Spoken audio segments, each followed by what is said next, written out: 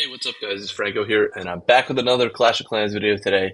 And today is one of the last few days before we have this update that's going to come out. They said September. I think it's August 28th today. Sorry, I had to check my phone there.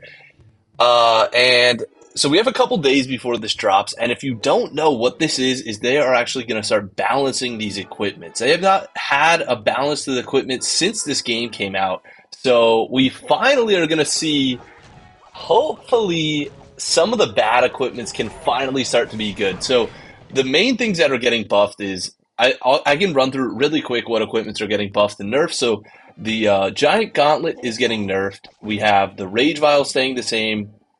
The Spiky Ball is getting nerfed. What else is getting nerfed? I know the Giant Arrow is. I think that's it for the Queen, just the Giant Arrow. I know the biggest thing is the Eternal Tome is taking off 1.5 seconds, which is a lot. They're making the Rage Gem nerfed at earlier levels, so it'll be the same at level 18 for me. They're taking 5 seconds off the Healing Tome. And they're nerfing the Hog Puppet, the level of the Hogs, and they're nerfing the Haste Vial, the duration. I think that's just it for the Haste Vial. And I think that's it for the nerfs. And then we go to so those nerfs are some of the best equipment in the game. So all of them are like just so dominant. And you can see that I'm using almost all of them in my current army right now because realistically, just hero equipment just makes such a difference in this game. And I'm thinking about making a video where I just use the default equipments and do a Legends League day and just compare it to my normal Legends League day to see how much worse it is. Let me know in the comments if you'd like to see that video. But then the things that are getting buffed are the Barbarian Puppet. We got the Earthquake Boops getting buffed. The Archer Puppet getting buffed. And we have the Life Gem getting buffed. And I think we're getting buffs on the Rocket Spear. I think just the Rocket Spear. I don't think the Seeking Shield or Royal Gem are getting touched, just because if these two get nerfed, the Haste Vial and Hog Puppet, in a sense, the Life or Royal Gem and Seeking Shield will become a little bit better. Rocket Spear is getting 2 extra spears, which is actually kind of a lot, and I use that on my second account, so I am pretty happy about that. But that is the changes that are going to be made, and I figured I'd show off my War Attack. Wow, okay, my War Attack got replaced already because I was one of the first people, and I attacked number 1, got a 3-star, but someone did it faster, so it got overwritten there. But I've been using the event troops here, and you can see it's pretty easy, honestly. I finally have my king up, so I don't even think I scouted this base. I'm pretty sure I just went in on this attack. I might have hit scout, but I think I was like, I just want to see if I can attack without scouting. But the only thing that I do scout for, actually, now that I think about it, I did scout on this base. Sorry to go back and forth there. Because I wanted to check if the Wizard Towers were inside the base, and if they're inside the base, I might have a little bit of trouble with this attack because these troops just go straight towards Wizard Towers, and they're extremely overpowered, and then I just drop every single troop I have and protect it with the Warden ability, and realistically, that is going to be a 3-star. It's not that difficult right now, and I did want to make this video that I was talking about of making the default equipment and see how bad they really are right now before the what are they called? The equipment change, the update. Because after the update, it might be a little bit skewed. The Archer Puppet might be good. Barbarian Puppet might be a little bit better. I know they're making it significantly better on the passive hero ability, so the King has way more health and everything. And it's kind of funny. I just watched a war on Clash with Eric's channel, and of course, he's like hating on the update and saying Supercell's pay to win or whatever, which I will address about this update too. But it's like, it's so much more fun watching wars where people just use the default equipment. When you use just the default equipment, I wish there was like a mode like hard mode in Clash of Clans, like original mode, that if you use them, then everybody you face against also has to use them.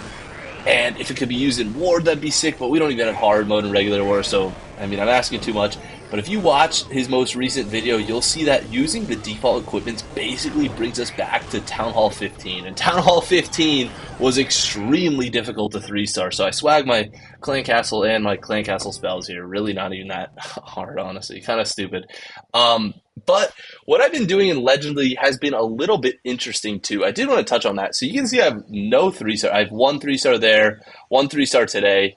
And the main thing that I'm doing is I'm trying to stay in low Legends League. So I'll show off one of these 99% I have here. And one of the main reasons I'm trying to stay in low Legends League is because I'm still debating if I want to drop out of Legends League.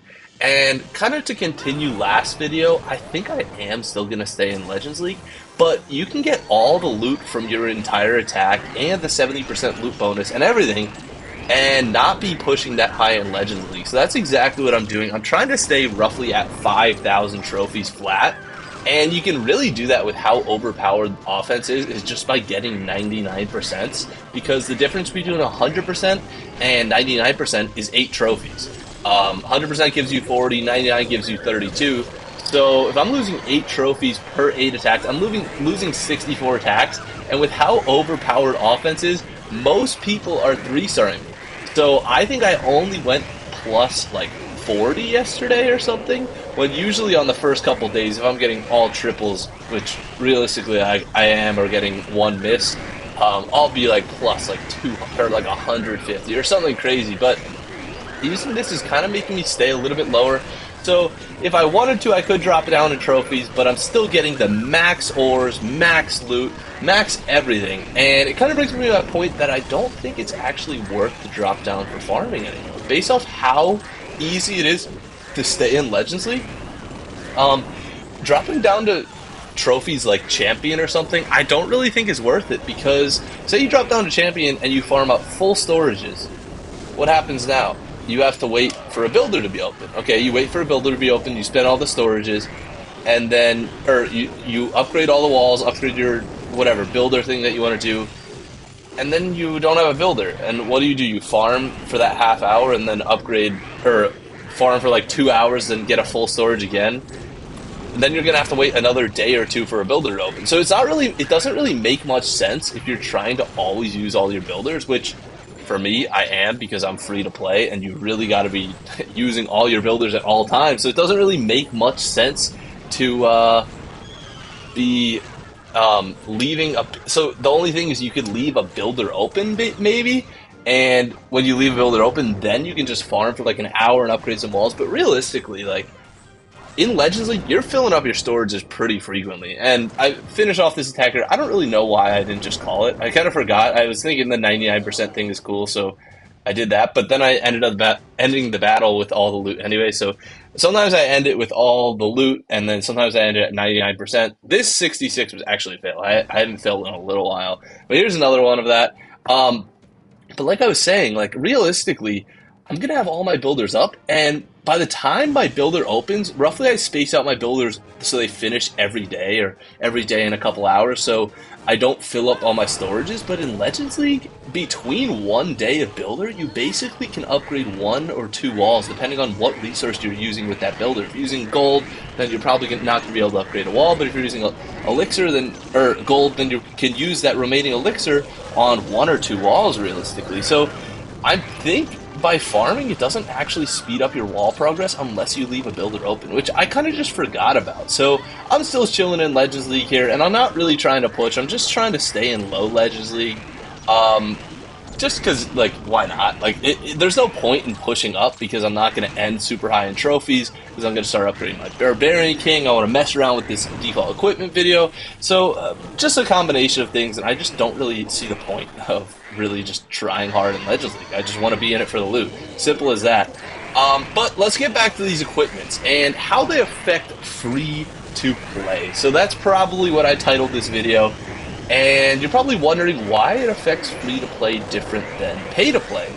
So one of the main things of free to play versus pay to play with these equipments is if you paid money for the game, if you bought any of the event pass, the gold pass, or even just bought stuff from the shop, gems or something, realistically, it is about September now. Town Hall 16 has been out for 9 months. New hero equipment's been out for about 9 months. You've probably done it to get ores. So if you haven't done it to get ores, I don't know what you've been spending it on, because if you're buying it on passes, they're giving you bonus ores. Realistically, you're doing it just to speed up your ore progress. And now that they're coming in with this nerf, you've been speeding up this progress for the Fireball, for the Healing Tome, for the Rage Gem, for the frozen arrow, all these spiky ball, all these super expensive epic equipments, and you can because you've been buying these passes. But now they're nerfing them. Now they're nerfing all these super expensive equipments that you could have got by without because there's other default ones that you had done, like Giant Arrow, Healer Puppet, but you decided to spend all these resources on these ones, and now they're not even that good anymore. Now they're almost just as good as the default ones. And the main thing you're probably thinking is, what's the point? So if you spent all those gems on the really good ones for them to be really good, like the ones I'm using here, and now they're not really good anymore, it almost feels like a little bit of a scam. That you've been scammed. You bought all these event passes, spent actual real money to get this advantage, which everybody wants. You want to be that hitter in the clan. I do. That's why I'm not using any heroes or upgrading any heroes right now. Whatever it takes for you to be that guy who's really good in the clan.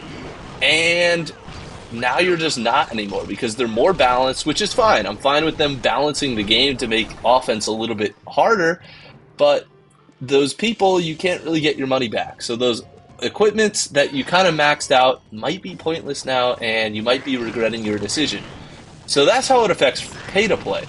But as free-to-play, I have never spent any money, and anybody else who's free-to-play watching this video has never spent any money on any of these equipments, any of these passes, any of these gold pass, event pass, whatever. So I've been just prioritizing the equipment that I need. So I prioritize literally the Giant Gauntlet Rage Vial, Healer Puppet Giant Arrow, and a couple of the Warden abilities, I'm not going to lie, and the Dominant RC ability. So all I've done is just the Dominant abilities, and as free-to-play, I've had these done for a little while now. So now I'm just dumping into like the Fireball, some gimmicky type stuff, like other cool things that I think would be cool to use.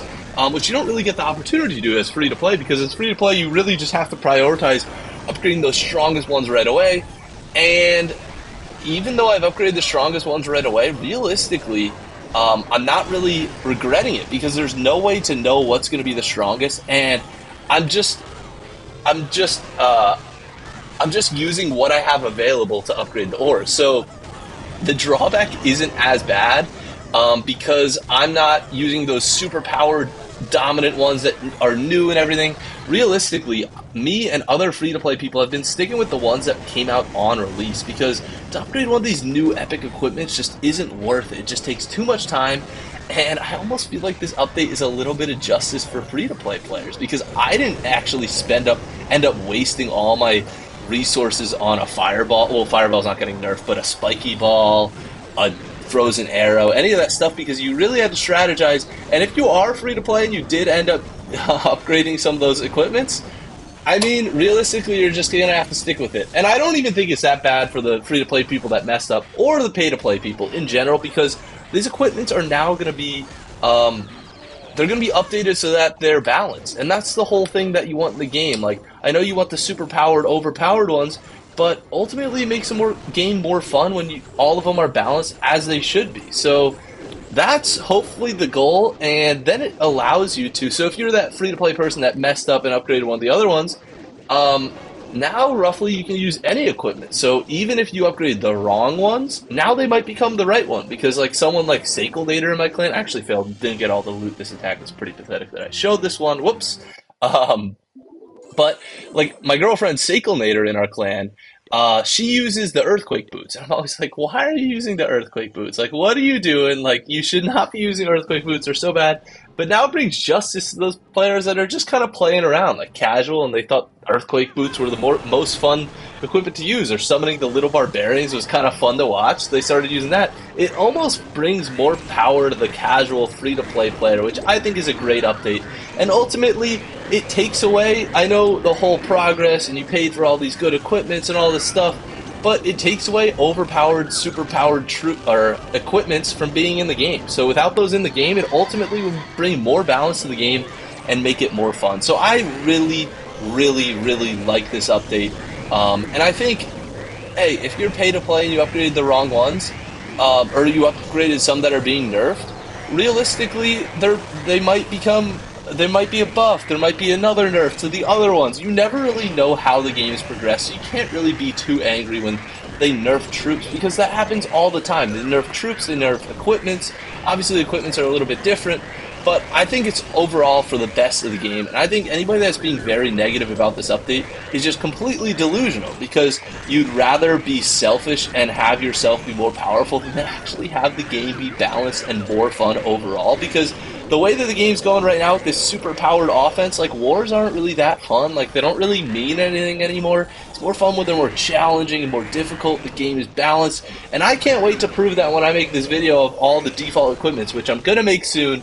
And that's actually why I upgraded my life gem to level 18, because there is going to be the buff, and I actually think I might start using that equipment. And it's funny because the life gem on the warden there is never really used. Nobody ever uses it because it's just like, oh, there's just better new ones that came out. And that was a whole argument against equipments to begin with. Was people were like, oh, all they're doing is coming out with a new equipment, and it's so much better than all the other ones, and now the game sucks because all you have to do is upgrade the new one, and you don't have enough ores to upgrade the new one, so there's nothing you can do. Now they're making it so it's not like that. The new ones that came out aren't actually as dominant as you would think, and I think it overall is a great update to have into the game. Let me know what you guys think in the comments about this, but I'm pretty certain on, or pretty, I don't know. I know how I feel about this, and I don't really see a way that it isn't very good for the overall health of the game. But yeah, I mean, that's all I had to say about the equipments. I think I had one more point about them, but I can't really remember right now. Yeah, I mean, I can't wait to start to see how the balance of these equipments are. And like I was saying, like, I want to start using the life gem because I think it's going to be more powerful now. And with E-Drags, I think it'll make those more usable. But I think that's it for the video. I think that's all I kind of wanted to cover in this video. There is one more thing, but I can't remember. I'll cover it next video when I think of it. But yeah, that's it for the video. Thank you guys for watching, and I will see you in the next video. Peace.